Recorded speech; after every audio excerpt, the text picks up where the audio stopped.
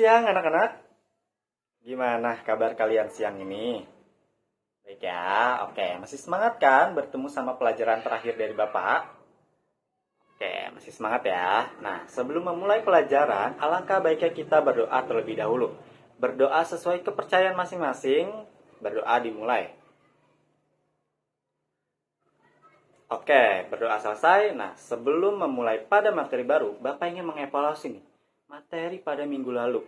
Coba, masih ada yang inget nggak? Iya, dapat. Gimana? Iya, betul. Materi pada minggu lalu, Bapak membahas tentang cerita pendek atau yang biasa dikenal dengan istilah cerpen.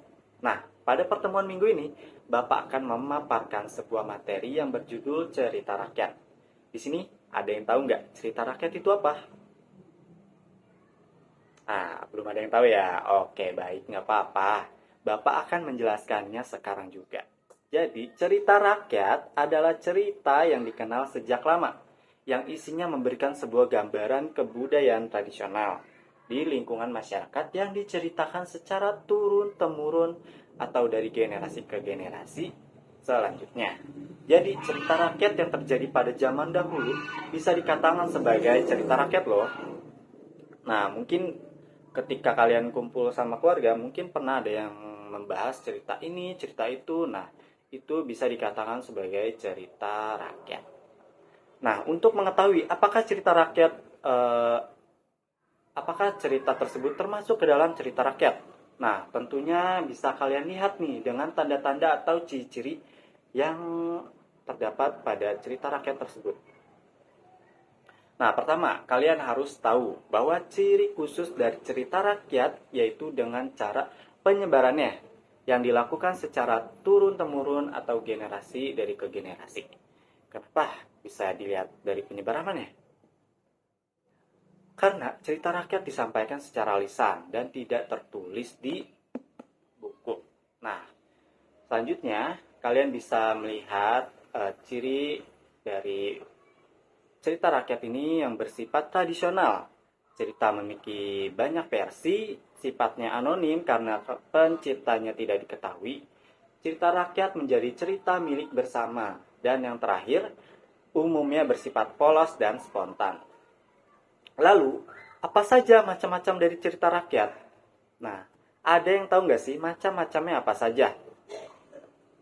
Iya, Alvin, apa saja? Iya, betul. Yang kamu sebutkan itu ada beberapa yang termasuk seperti fabel dan legenda. Fabel itu bisa dipahami sebagai cerita rakyat yang menceritakan tentang binatang yang berperan sebagai tokoh utama. Bahkan, semua tokohnya adalah binatang. Sebagai contoh, pada cerita Kancil yang cerdik, Kancil dan Buaya, Hikayat Kaila, dan lain sebagainya. Untuk legenda, merupakan cerita rakyat yang menceritakan terbentuknya atau asal-usul suatu tempat atau wilayah. Contoh, cerita Malin Kundang, Tangkuban Perahu, Dongeng Banyuwangi, Dongeng Gunung Batok, Dongeng Rawapening, dan lain sebagainya. Nah, selain itu juga ada epos yang menceritakan kisah tentang kepahlawanan. Contohnya, Mahabharata, Ramayana, dan lain sebagainya. Lanjut, cerita jenaka. Cerita yang memiliki unsur humor sehingga siapapun yang membacanya pasti akan tertawa. Nah, ini pasti sering kalian baca juga ya. Pasti kalian juga tahu contohnya. Nah, contohnya ini seperti cerita Pak Pandir, Pak Belalang, dan lain sebagainya. Lanjut, paralel. Cerita rakyat yang penceritaannya terdapat tokoh berwujud manusia. Dan tokoh juga berupa hewan. Contohnya cerita rakyat semut dan belalang, anjing dan lobak, dan lain sebagainya. Lanjut ada mite yang memiliki cerita dewa-dewi atau kisah yang mengandung nilai sakral dan memiliki nilai mistis juga. Nah, contohnya ini sering banget pasti kalian dengar cerita seperti ini.